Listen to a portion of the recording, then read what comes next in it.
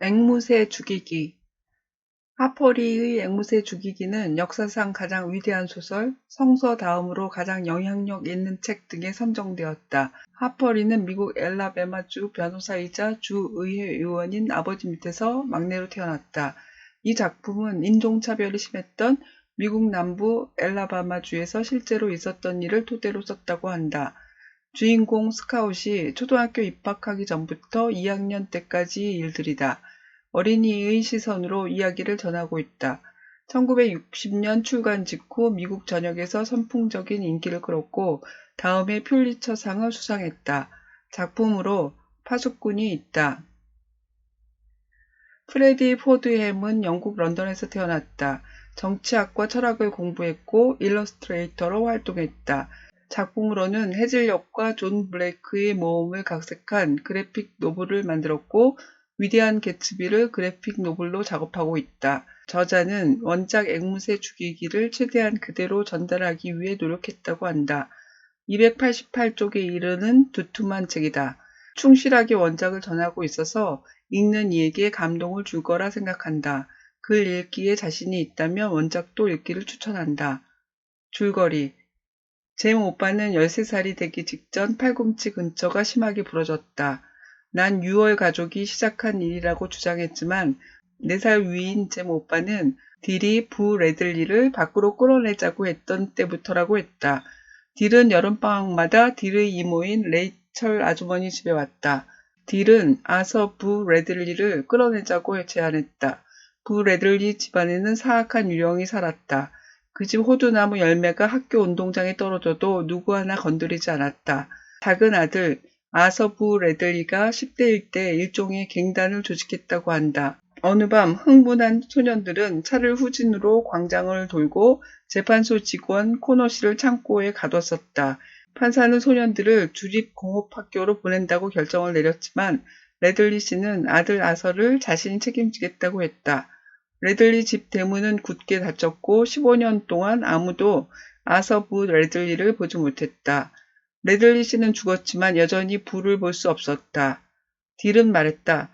저 집에 가서 손만 한번 대보고 와. 그럼 형이 이긴 것으로 알게. 알았어, 이제 간다. 후다닥. 잼 오빠는 톡 하고 집을 건들고 다시 뛰었다. 헉헉 타다닥. 집은 고요했다.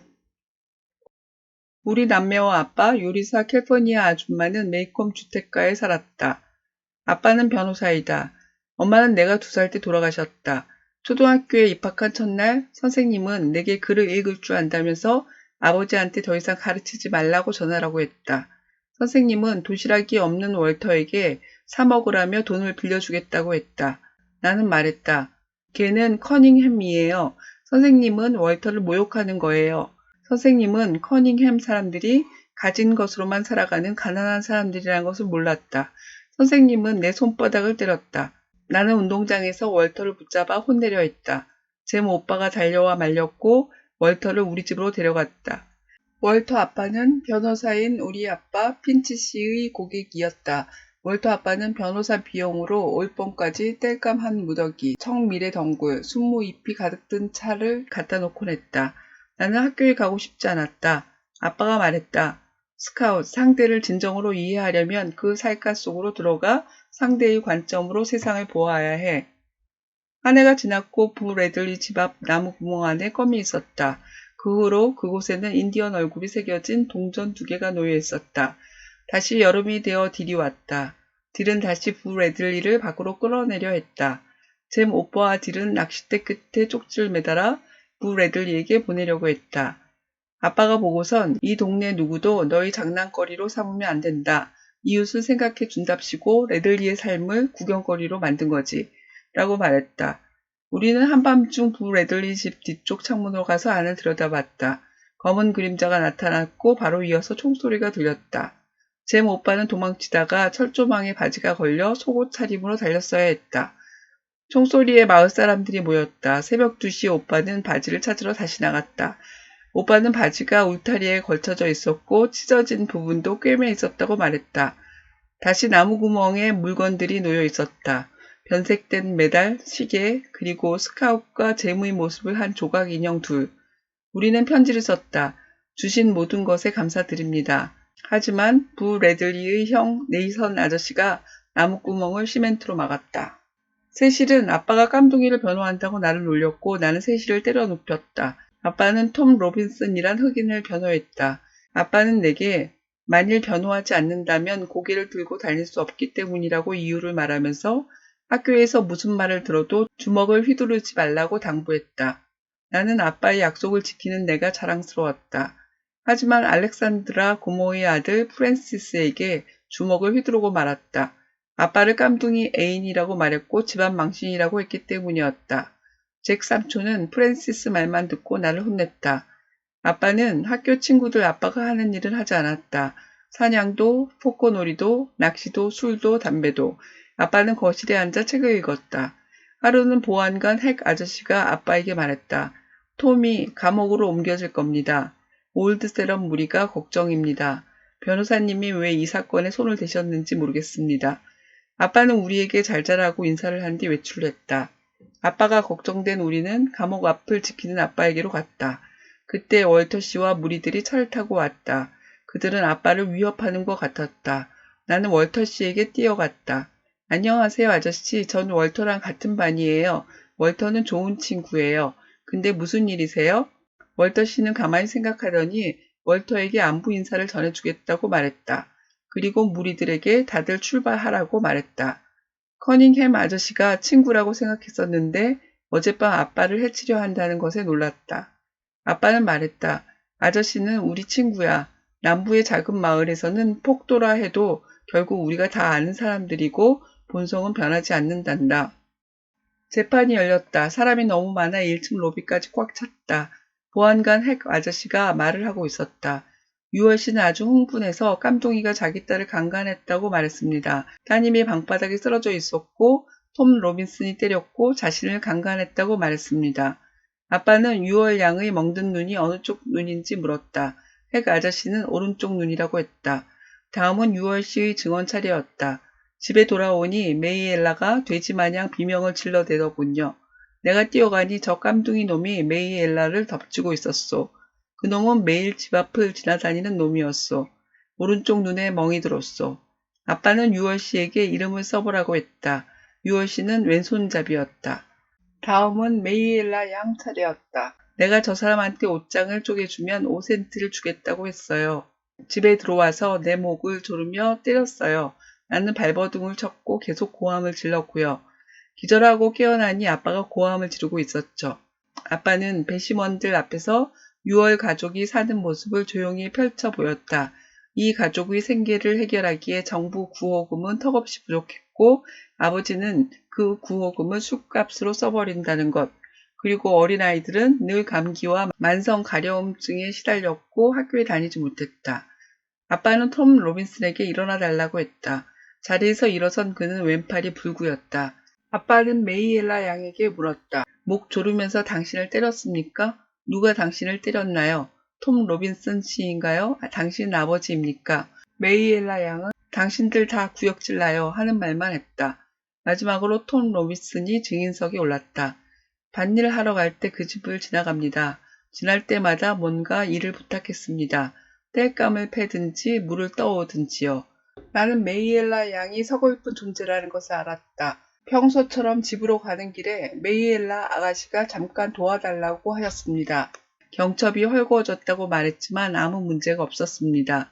아가씨는 5센트 동전 7개를 1년 동안 모아 애들을 읍내로 보냈다고 했습니다. 가보겠다고 했더니 아가씨가 제 다리를 두 팔로 껴안았습니다. 아가씨가 제게 입을 맞췄습니다. 전 제발 내보내달라고 하면서 도망치려 했을 때 유월 씨가 창가에서 고함을 질렀습니다. 이 빌어먹을 갈보년 죽여버리겠어. 저는 때리지도 강간을 하지도 않았습니다. 아빠는 배시번에게 말했다. 이 나라에는 모든 인간이 평등한 장소, 가난뱅이와 록펠러가 멍청한 이와 아인슈타인이 동등하게 대우받는 제도가 있습니다. 다름 아닌 재판정입니다. 신의 이름으로 여러분의 역할을 다해 주십시오. 오빠와 나는 우리가 이겼다고 생각했다. 하지만 재판 결과는 유죄였다. 집에 돌아온 아빠는 말했다. 난 분노하지 않아 피곤할 뿐이지. 다음날 아침 뒷계단에는 톰 로빈슨 아버지가 보낸 닭부터 시작해서 사람들이 보내온 음식물이 가득했다. 아빠는 아직 안 끝났으며 항소심을 기대하자고 했다. 모디 아줌마는 케이크를 구워 우리에게 주었다. 판사님이 이번 사건을 너희 아버지에게 맡긴 것이 우연이라고 생각하니 너희 아빠는 이런 사건에서 배심원단이 그렇게 오래 나가 있게끔 만든 유일한 변호사야. 우리는 한 걸음 나간 거야. 아주 작은 걸음이지만 한 걸음은 분명하지. 밤 6월이 우체국 앞에서 핀치 변호사 얼굴에 침을 뱉었고 변호사는 욕을 퍼붓도록 그냥 내버려 두었다는 소문이 돌았다. 아빠는 우리에게 말했다. 백인과 흑인의 주장이 어긋날 경우 늘 백인이 이긴단다. 추악하지만 그게 현실이야. 한 가지만 기억하렴. 흑인을 속이는 백인은 그가 좋은 집안 출신이라도 쓰레기일 뿐이라는 것을. 톰이 죽었다. 운동 시간에 갑자기 미친 듯이 담장으로 뛰었고 총에 맞았다. 메이콤 트리뷴의 사설은 이렇게 말했다. 불구자를 죽이는 것은 죄다. 앵무새를 괜히 죽여대는 것이나 다름없다. 헬로윈 날 우리는 창작 행진극을 했고 나는 햄 역할을 맡았다. 의상을 입으면 너무 더웠고 한 번 입고 나면 혼자서는 벗을 수 없었다. 연극이 끝나고 나는 의상을 입은 채로 오빠와 돌아가고 있었다. 오빠는 무슨 소리가 들린다고 말했다. 뛰어 스카웃 어서 달아나. 오빠의 비명소리가 들렸다. 나는 멍청이 그저 서 있었다. 누군가 우리를 집으로 데리고 갔다. 의사 선생님은 누군가 오빠의 팔을 비틀어 빼려 한 것처럼 보인다고 했다. 보안관 핵 아저씨가 왔다. 밤 6월이 갈비뼈 아래에 부엌칼이 꽂힌 채 나무 아래 쓰러져 죽었다고 전했다. 나는 내가 본 것을 말했다. 잼 오빠가 비명을 질렀고 잠시 조용해졌어요.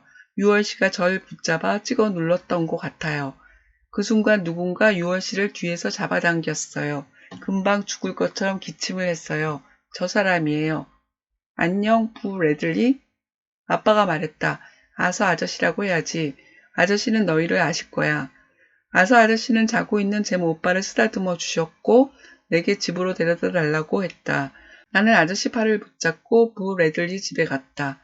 그 후론 다시 만나지 못했다. 아빠는 밤새도록 오빠 곁에 계셨다. 의미를 찾는 질문, 바르게 성장하도록 돕는 어른. 앵무새 죽이기의 배경은 1930년대 미국 대공황 이후 계층 간 갈등과 인종 간 차별이 극심했던 때이다. 변호사 핀치는 흑인 톰 로빈슨의 변호를 맡았다. 핀치는 부인과 일찍 사별했고 집안일을 도와주는 흑인 캘퍼니아와 아들 잼과 딸 스카웃이 있다. 잼과 스카웃이 바르게 성장하기 위해 가장 큰 기여를 한 것은 아빠 핀치이다. 핀치는 당시의 다른 아버지들과 달랐다. 사냥도 술도 포카도 하지 않고 퇴근해서 들어오면 그저 책을 봤다. 핀치는 아이들에게 떳떳하기 위해서 변호를 맡았다. 자신이 무슨 일을 하고 있는지 아이들이 이해할 수 있도록 설명했고 참여할 수 있도록 허락했다. 남부의 백인들로부터 지탄을 받으면서도 핀치는 어려운 한 걸음 한 걸음을 내디뎠다. 본인과 아이들까지 생명의 위협을 받았지만 타협하거나 포기하지 않았다. 생각을 달리하는 이웃들을 적대시하지도 않았다. 아빠가 걸어가는 삶은 아이들에게 영향을 미칠 수밖에 없다. 부모가 옳은 선택에 따라 행동하는 삶을 살며 그것을 아이들이 이해할 수 있도록 도와준다면 훌륭한 시민으로 성장하지 않을 아이들이 있을까? 그리고 잼과 스카웃을 키우는 선량하고 친절한 이웃들이 있다. 그들은 늘 아이들이 씩씩하게 놀고 건강하게 생각할 수 있도록 주의를 놓지 않았다. 어둠 속에서 헤아려는 6월로부터 아이들을 지켜낸 부 레들리. 아빠의 변호가 어떤 의미를 담고 있는지 알려주는 모디 아줌마. 다른 사람들이 모욕감을 주지 않도록 단단히 주의를 주는 캘퍼니아. 사려 깊은 어른들이 아이들과 함께 그들에게 일어나는 일 하나하나에 대해 생각하고 이야기를 한다. 그렇게 자란 아이들은 분명 합리적이고 지혜로운 어른으로 성장할 것이다. 질문입니다. 잼 오빠가 팔을 다친 사고에 관해 나는 6월 가족이 시작한 일이라고 주장했고 잼 오빠는 딜이 만났던 여름에 시작한 것이라고 주장했습니다. 두 사람의 근거는 각각 무엇일까요? 스카우트는 월터가 음식에 시럽을 쏟아붓고 있다고 말하자 캘퍼니아 아줌마는 그렇게 말해서 안 된다고 했습니다. 아줌마는 이유를 무엇이라고 말했나요? 아빠는 잼 오빠와 딜에게 이웃을 생각해 준답시고 부 레들리의 삶을 구경거리로 만든 거지라고 말했습니다. 이웃을 생각해 준다는 것은 무엇을 말하는 것인가요? 아이들의 행동이 왜 부 레들리를 구경거리로 만들려는 것일까요? 아빠가 주변의 반대에도 불구하고 톰 로빈슨의 변호를 하기로 한 이유는 무엇인가요? 아빠는 집에서 있을 때 주로 무엇을 했나요? 아빠는 앵무새를 죽이는 것은 죄라고 했습니다. 아빠는 이유를 무엇이라고 말했나요? 아빠는 명사수였지만 사냥을 하지 않았습니다. 왜 사냥을 하지 않았나요? 잼 오빠가 듀버스 할머니의 화단을 망가뜨린 이유는 무엇인가요? 아빠는 할머니한테 사과를 하라고 했습니다. 아빠를 비난하는 할머니에게 사과를 하는 게 옳을까요? 변호사 핀치 씨는 톰 로빈슨에게 혐의가 없다는 것을 어떻게 증명했나요? 아빠와 검사는 톰 로빈슨을 부르는 호칭이 달랐습니다. 어떻게 달랐나요? 왜 그런가요? 검사는 로빈슨이 죄를 지었다고 주장했습니다. 어떤 증거를 제시했나요? 핀치 씨는 배심원들에게 모든 사람이 동등하게 대우받는 곳이 있다고 했습니다. 그곳은 어디인가요? 재판이 끝나고 모디 아줌마는 잼과 스카웃을 불러 말했습니다. 우리는 한 걸음 나간 거야. 아주 작은 걸음이지만 한 걸음은 분명하지. 한 걸음은 어디를 향한 걸음일까요? 아줌마는 왜 한 걸음 나갔다고 말했을까요? 잼과 스카웃은 아빠로부터 무엇을 배웠을까요? 여러분은 좋은 어른이 되기 위해 무엇이 필요하다고 생각하나요? 왜 그런가요? 의미를 찾는 질문, 진정으로 이해하기. 핀치 씨는 딸 스카웃에게 상대를 진정으로 이해하려면 그 살갗 속으로 들어가 상대방의 관점으로 세상을 보아야 한다고 말했다. 원작에는 스카웃이 부 레들리 아저씨를 집에 바래다 준 후 비로소 부 레들리의 시선으로 세상을 보는 이야기가 있다. 부 레들리의 현관에서 본 자신의 집, 이웃들이 사는 모습, 개구쟁이인 자신과 오빠와 딜. 스카웃은 아저씨 현관에 있는 것만으로도 부 아저씨의 세상을 바라보게 되었다. 우리는 다른 사람을 이해하고 존중해야 한다고 머리로는 알고 있다. 하지만 실제로는 이해하기 어렵다. 때론 이해하고 싶지 않기도 하다. 이야기는 다른 이의 마음을 알 수 있는 좋은 훈련이다. 그들의 마음을 작가가 친절하게 알려주기 때문이다. 다른 이의 관점으로 바라보는 것의 의미와 그럴 수 있는 좋은 방법을 찾아야겠다. 질문입니다. 6월 사람들은 매년 첫날만 학교에 옵니다. 그렇게 하는 이유는 무엇인가요? 아빠는 듀버스 할머니가 가장 용감한 분이라고 말했습니다. 듀버스 할머니가 보여준 용기는 무엇이었나요? 아빠는 월터 씨가 여전히 친구라고 말했습니다. 왜 그렇게 생각하나요? 메이엘라 양은 아빠가 메이엘라 양이라고 부르는 것에 대해 자신을 놀리는 것이라고 생각했습니다. 그녀는 왜 그렇게 생각했을까요? 스카웃은 톰의 증언을 들으면서 메이엘라 양이 세상에서 가장 외로운 사람이라고 생각했습니다. 왜 그렇게 생각했을까요? 톰 로빈슨은 자신이 잘못하지 않았지만 사건이 일어난 날 재빨리 도망쳤습니다. 톰은 핀치에게 당신이 깜둥이였다면 겁이 났을 거라고 말했습니다. 톰이 핀치에게 그렇게 말한 이유는 무엇인가요? 내가 보는 세계와 다른 사람이 보는 세계는 다른가요? 어떻게 다른지 예를 들 수 있나요? 다른 사람의 관점으로 볼 수 있는 좋은 방법은 무엇이 있을까요? 의미를 찾는 질문, 타산지석. 앵무새 죽이기에는 여러 사람들의 다양한 행동이 나온다. 이야기의 배경은 경제적 빈곤과 인종차별이 극심하고 사람들의 의식은 비민주적인 관습에서 벗어나지 못하고 있다. 죄 없는 흑인 톰 로빈슨이 유죄를 선고받고 사망에 이르게 한 것은 힘센 사람이 이기는 사회라는 것을 보여주고 있다. 2020년을 살고 있는 한국 사회에서 인종차별은 매우 심각한 사회 문제는 아니다. 현명한 모디 아줌마가 배시원이 될 수 없는 것과 같은 노골적인 여권 부재의 사회도 아니다. 하지만 앵무새 죽이기가 우리의 가슴을 먹먹하게 하는 것은 동일한 문제가 여전히 존재하기 때문이다. 사회적 약자에 대한 횡포, 마치 앵무새를 죽이는 것과 같이 편견이나 무지로 인해 고통받는 사람들이 있다. 다른 사회의 다른 사람들을 보면 그들의 잘못을 보다 분명하게 볼 수 있는 장점이 있다. 질문입니다. 부 레들리가 10대 때 잘못한 행동은 무엇이었나요? 스카웃은 선생님에게 월터는 커밍햄 사람이라고 말했고 선생님의 말은 월터를 모욕한 것이라고 했습니다. 선생님의 말이 왜 월터에게 모욕이 되는 걸까요? 선생님이 스카웃에게 아빠한테 더 이상 가르치지 말라고 한 이유는 무엇일까요? 스카웃을 때린 이유는 무엇일까요? 스카웃이 프랜시스에게 주먹을 날리자 잭 삼촌은 어떻게 했나요? 스카웃은 잭 삼촌에게 삼촌이 불공평한 이유 3가지를 말했습니다. 무엇이었나요? 여러분도 동의하나요? 스카웃과 잼이 읍내에 나가면 사람들은 그 집 애들이네 라거나 핀치 가족이야 라는 말을 했습니다. 마을 사람들이 그렇게 말한 이유는 무엇인가요? 알렉산드라 고모는 스카웃에게 숙녀가 되도록 강요합니다. 고모가 생각하는 여자는 어떤 존재인가요? 아빠와 고모는 캘퍼니아 아줌마 거치를 두고 싸웠습니다. 아빠와 고모는 아줌마에 대해 어떻게 생각하고 있나요? 월터씨 무리가 톰이 수감되어 있는 구치소로 몰려온 이유는 무엇일까요? 톰 로빈슨의 아내 헬렌이 일을 하지 못하는 이유는 무엇인가요? 마이엘라 양이 거짓 증언을 한 이유는 무엇일까요? 배시원들이 톰에게 유죄라고 결정한 이유는 무엇일까요?